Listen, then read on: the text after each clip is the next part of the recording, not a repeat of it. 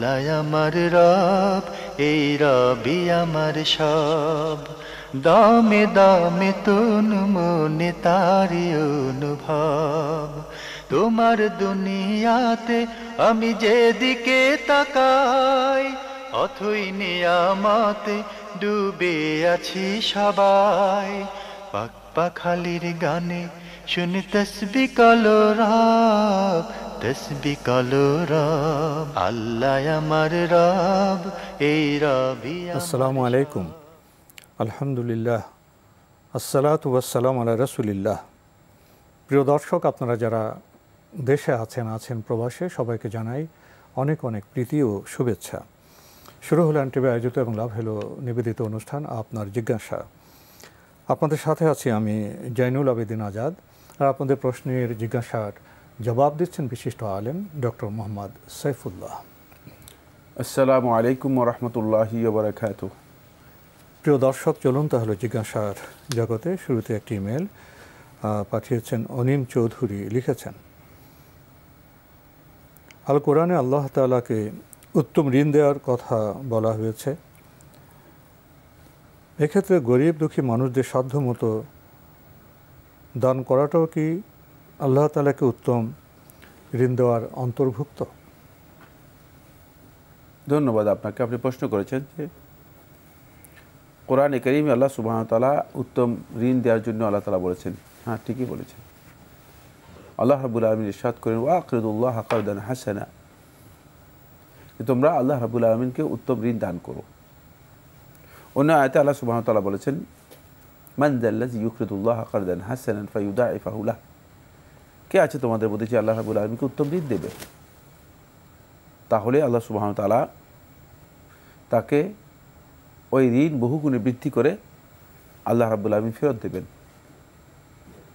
তো এই আয়াতগুলো থেকে বোঝা যাচ্ছে যে আল্লাহ সুবহানাহু ওয়া তাআলাকে ঋণ দেওয়ার বিষয়টি কোরআনে কারীমে আল্লাহ সুবহানাহু ওয়া তাআলা বান্দাদেরকে নির্দেশ দিয়েছেন, বরং উদ্বুদ্ধ করেছেন, বরং এর জন্য আল্লাহ সুবহানাহু ওয়া তাআলা বিভিন্ন ফজিলতের কথা কোরআনের মধ্যে বলেছেন। অনেক দীর্ঘ ফজিলতের কথা আলোচনা হয়েছে। তো এই যে ঋণ দেয়া আল্লাহ তাআলার জন্য, এটা হচ্ছে আল্লাহর রাস্তায় খরচ করা। এটা হলো ফি সাবিলিল্লাহি খরচ করা, ইনফাক ফি সাবিলিল্লাহ। ইনফাক ফি সাবিলিল্লাহ, আল্লাহর রাস্তায় জিহাদের জন্য এবং ইসলামী রাষ্ট্রকে, ইসলামকে বুলন্দ করার জন্য যেই খরচ করা হয় থাকে সেটা হচ্ছে ইনফাক ফি সাবিলিল্লাহ। ইসলামী রাষ্ট্রকে টিকিয়ে রাখা মানে ইসলামী রাষ্ট্রের সকল প্রকার প্রতিরক্ষা ব্যবস্থা এবং ইসলামকে বুলন্দ করার জন্য যেই খরচ করা হয় থাকে সেই খরচটাই হচ্ছে আল ইনফাকু ফি সাবিলিল্লাহ। এই ব্যাপারে ইবনে কুদামা মাকদিসি রাহমাতুল্লাহ মুগনিতে ইজমা নকল করেছেন। ইজমা হচ্ছে সমস্ত উলামায়ে কেরাম আইমাতুল ইজতিহাদের ঐকমত্য নকল করেছেন।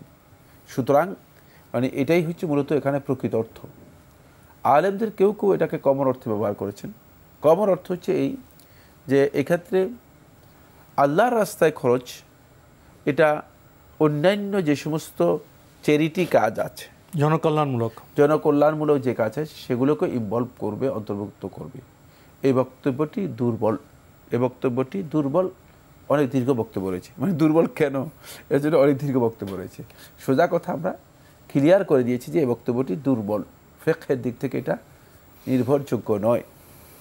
বাকি কোনো ফকির মিসকিনকে দান করা, এটিও সাদাকা, এটাও এক প্রকারের দান।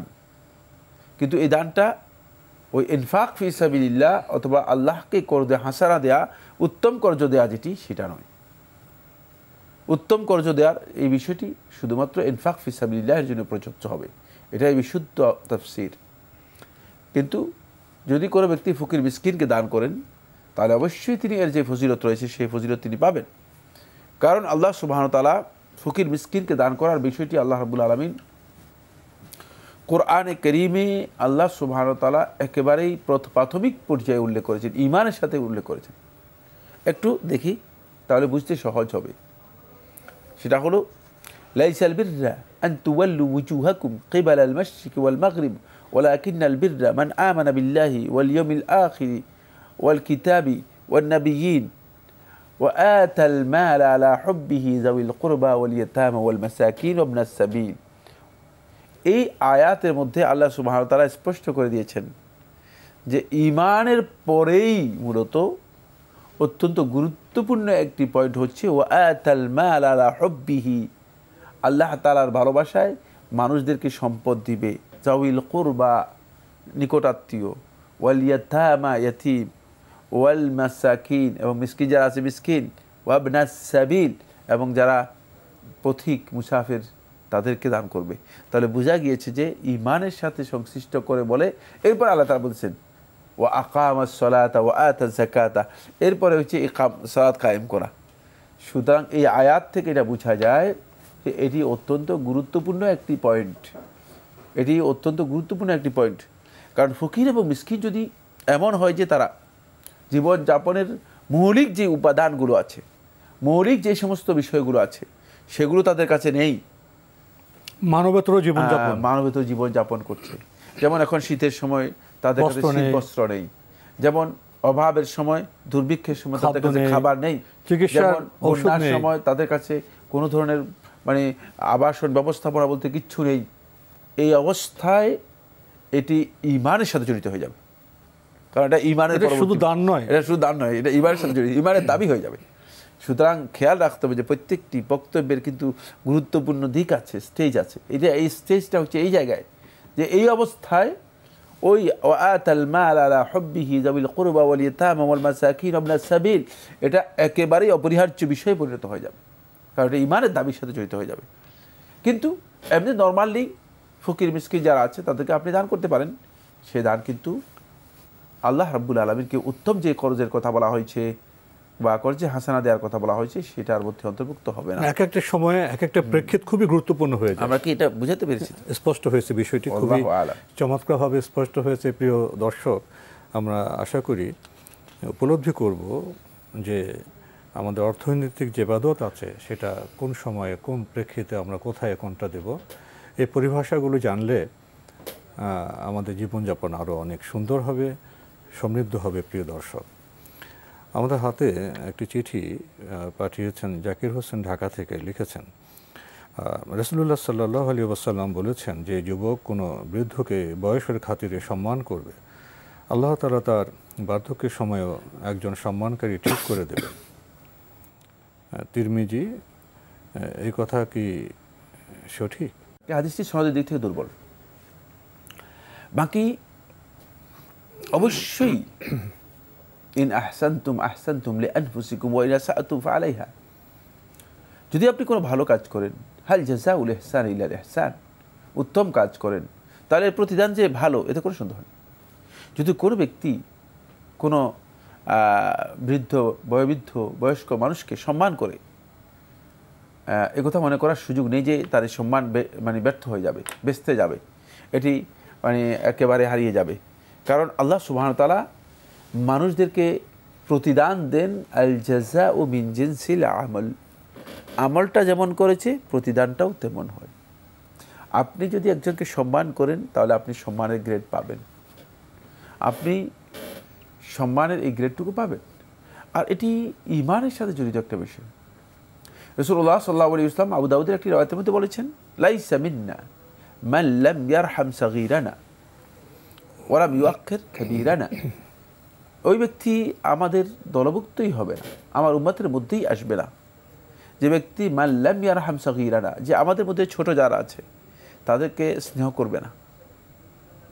আমরা দেখি যে এখন ছোটদেরকে মসজিদে নিয়ে আসলে বড় বড় বয়স্ক বৃদ্ধ যারা আছে তারা এমনভাবে ধমক দেয়, চোখ রাঙায় এমনভাবে ধমক দেয় যে এই শিশু আর জীবনে করে মসজিদে আসবে না, কোনো অপরাধমূলক কাজ করেছে। আল্লাহ রাসূল সাল্লাল্লাহু আলাইহি ওয়াসাল্লামের ইনস্ট্রাকশন আমাদের কাছে নেই, সুন্নাহ নেই আমাদের কাছে। সুন্নাহের দাবি করি শুধুমাত্র মাথার মধ্যে টুপি দিয়ে, অথবা সুন্নাহের দাবি করি শুধুমাত্র লম্বা জামা গায়ে দিয়ে। অনেকে আছেন যে লম্বা জামা গায়ে দিয়ে সারা জিন্দেগি অপকর্ম করে লম্বা জামা একটা গায়ে দিয়ে তিনি মনে করছেন যে এর মাধ্যমে তিনি সুন্নি হয়ে গিয়েছেন, এর মাধ্যমে তিনি অনেক নিজেকে শুদ্ধ করে ফেলেছেন।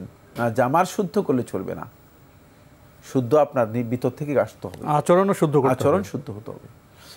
ওয়ালাম ইউআক্কির কাবীরানা, বড়দেরকে সম্মান করলো না, আমার দলভুক্ত হতে পারবে না।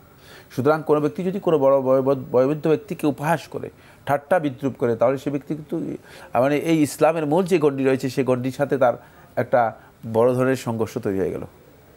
সে এখান থেকে মানে সরে যাওয়ার একটা জায়গায় চলে আসলো। খুব খবরদার খেয়াল রাখতে হবে যে কোনো কোনো রেওয়ায়ত আছে ওয়ালাম ইউজাল্লি অথবা ওয়ালাম ইউজাল্লি ওলামা আনা, এই রেওয়ায়তটি দুর্বল। তারপরেও কেউ কেউ উল্লেখ করেছেন যে যারা আলেমদেরকে সম্মান করলো না, আমাদের আলেমদেরকে মানে মর্যাদা দিল না। আলেমদের মর্যাদাও এখানে এই জন্য এসেছে বা এই জন্য উল্লেখ করা হয়েছে হাদিসের মধ্যে, তার কারণ হচ্ছে আল্লাহ সুবহানাহু ওয়া তাআলা আলেমদেরকে হিদায়াতের জন্য কার নুজুম তারকা রাজির মতো করেছেন। কারণ এই পৃথিবীতে আলেমরাই হচ্ছে মূলত হিদায়াতের জন্য মানে তারকা রাজির মতো। যেমন মহাসমুদ্রে তারকা রাজি দিয়ে দিক নির্দেশ গ্রহণ করা হয়, বিশাল মরুভূমিতে অন্ধকারে তারকা রাজির মাধ্যমে দিক নির্দেশনা গ্রহণ করা হয় ধ্রুবতারার মাধ্যমে। সুতরাং এই তারকা রাজিগুলো হিদায়াতের জন্য মানে সহযোগিতা করে অন্ধকারের মধ্যে। ঠিক হাজার প্রকারের অন্ধকারের মধ্যে আলেমরা একমাত্র হিদায়াতের জন্য মানুষদেরকে আলোকবর্তিকা দেখাবে। এই কারণেই মূলত আল্লাহ সুবহানাহু ওয়া তাআলা আলেমদের মানে রাসূলুল্লাহ সাল্লাল্লাহু আলাইহি ওয়াসাল্লাম হাদিসের মধ্যে আলেমদের কথা উল্লেখ করেছেন। অবশ্যই কোরআনে কারীমের অন্য আয়াতে আলেমদের মর্যাদার বিষয়ে আরও সহি বক্তব্য রয়েছে। এই রেওয়ায়তটি মানে সনদের দিক থেকে বিতর্কিত, কিন্তু এখানে যে বার্তাটা খুবই গুরুত্বপূর্ণ।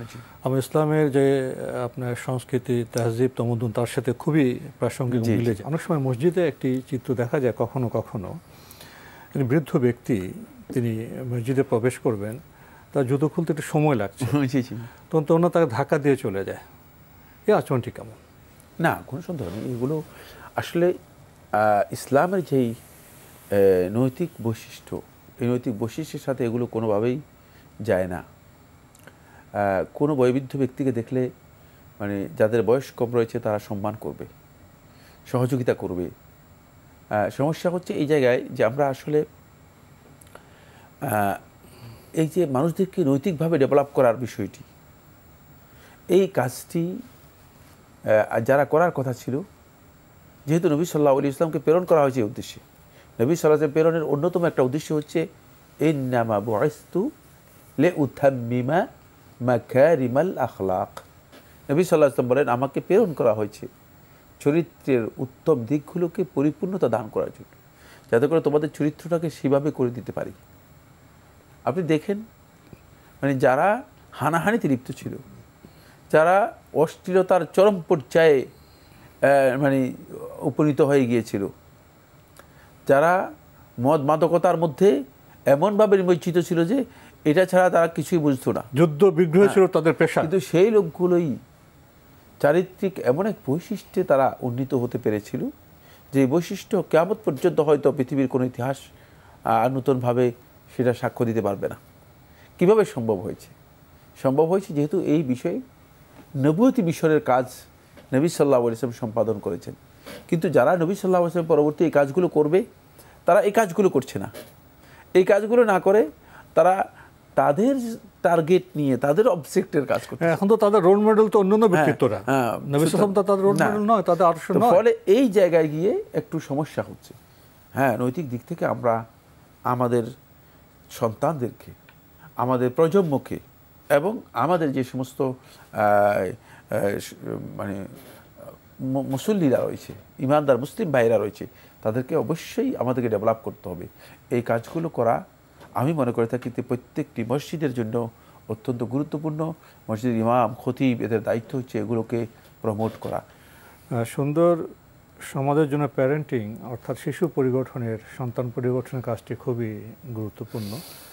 এদিকে আমরা কি কতটা মনোযোগী, সে আত্মসমালোচনা বর্তমান সময়ে বোধহয় খুবই প্রাসঙ্গিক। আপনি আরও লিখেছেন, প্রত্যেক অজু শেষে লজ্জাস্থান বরাবর কাপড়ের উপর পানি ছিটানো নারী ও পুরুষের জন্য কি মুস্তাহাব? বিশেষ করে পেশাব করার পর অজু করলে এই আমল কি অধিক গুরুত্বপূর্ণ? না, মুস্তাহাবরও এই আমল করার কোনো বিধান প্রত্যেক নামাজে পরে পেশাব করার পরে কাপড়ের উপর পানি ছিটানো এর বিধান নেই। এটি আপনি আবিষ্কার করেছেন, আপনার ভুল মাসআলা। জি, শেষে লিখেছেন, রাসূলুল্লাহ সাল্লাল্লাহু আলাইহি বলেছেন, একটি হাড় ব্যতীত গোটা মানব দেহ ক্ষয়প্রাপ্ত হবে, সেটা হলো পাঁজরের হাড়। পাঁজরের হাড় না, আইজুজ জানাব। হ্যাঁ, কি লিখেছেন? জি, এই হাড় থেকে কিয়ামতের দিন সৃষ্ট দৈহিক কাঠামো পুনর্গঠিত করা হবে। এই কথাটা কি সঠিক? হ্যাঁ, এই মর্মে একটি হাদিস রয়েছে, ইবনে মাজাহ তার সুনানের মধ্যে বর্ণনা করেছেন। হাদিসটিকে অধিকাংশ আহলে তাহকিক সহিহ বলেছেন। আবু বসরি রহমতুল্লাহ হাদিসটিকে হাসান বলেছেন। মাকি শেখ নাসিরউদ্দিন আলবানী রহমতুল্লাহ হাদিসটিকে সহিহ বলেছেন।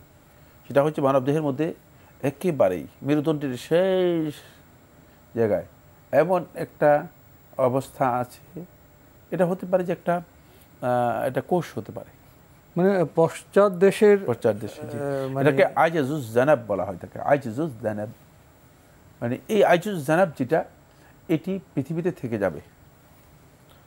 মানে এটাই মূলত মানুষকে আবার আল্লাহর নির্দেশে যখন মানুষ জাগ্রত হবে তখন এখান থেকে মানুষ উত্থিত হবে, এখান থেকে মানুষদেরকে কী করবে, রিকভার করা হবে। বর্তমান মেডিকেল সায়েন্স এই বিষয়গুলোকে খুবই সহজভাবে মানে প্রমাণ করেছে। দেখা গেছে যে মানবদেহের এমন কিছু কোষ আছে যে কোষগুলো কখনো কি হয় না, কখনো বিনষ্ট হয় না। এখানে বোধহয় মেরুদণ্ডের একবার নিম্নাংশের শেষের। জি জি। তো এটা বিনষ্ট হয় না কেন? যেহেতু আল্লাহ সুবহানাহু ওয়া তাআলা এখান থেকেই এই মানুষদেরকে আবার দ্বিতীয়বার তাদেরকে অস্তিত্ব দিবেন। এটা এই জন্য যে আল্লাহ তাআলার যে ক্ষমতা রয়েছে, তিনি ইচ্ছা করলে মানে একটি কোষ রেখে দিয়েও সেই কোষটাকে আবার কি করতে পারবেন, জাগ্রত করবেন। এটা প্রমাণ করার জন্য এমনি আল্লাহ তাআলার কোনো প্রয়োজনই নেই। মানে এটাকে যদি বিনষ্ট করে দিয়ে আবার আল্লাহ তাআলা নির্দেশ দিয়ে যদি আল্লাহ রাব্বুল আলামিনের বিধান অনুযায়ী উঠান, সেটাও করতে পারেন। বাট এটা হচ্ছে সুন্নাতুল্লাহি আল্লাতী কাদ খালাত মিন ক্বাবল, যে আল্লাহ তাআলা ওই সুন্নাহ, যে সুন্নাহ আল্লাহ সুবহানাহু ওয়া তাআলা একেবারে নির্দিষ্ট করে দিয়েছেন, এই সুন্নাহর আলোকেই মূলত মানুষগুলোকে পুনরুত্থানের জন্য একত্রিত করা হবে। আমরা খুবই গুরুত্বপূর্ণ বিষয়ে অবগত হলাম। প্রিয় দর্শক, আমাদের হাতে আরও একটি চিঠি, যিনি পাঠিয়েছেন নাম প্রকাশ অনিচ্ছুক, লিখেছেন, তালাক দেওয়ার পর যদি স্ত্রী ফিরে আসতে চায় তাহলে কি আমি তার সাথে নতুন করে সংসার করতে পারবো? অস্পষ্ট প্রশ্ন।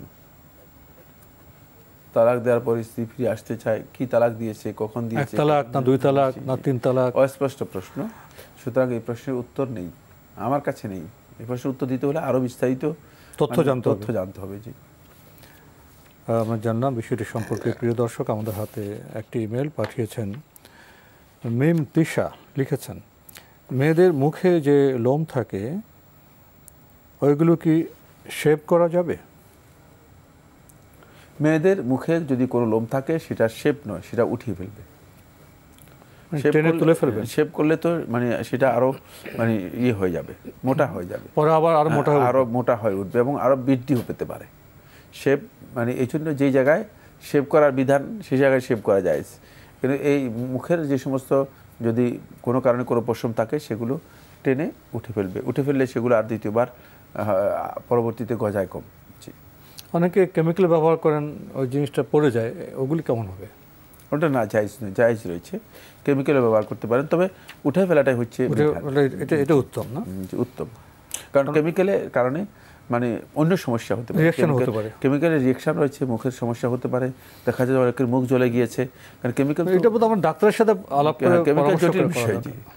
জি, কত রকম কেমিক্যাল আর নকল কেমিক্যাল তো ভরে গেছে বাজার। জি জি, আমাদের সচেতন এবং সতর্ক থাকতে হবে। প্রিয় দর্শক, ছোট্ট একটা চিঠি পাঠানো হয়েছে ব্যাংক কলোনি পাত্রীবাগ, ঢাকা থেকে, লিখেছেন,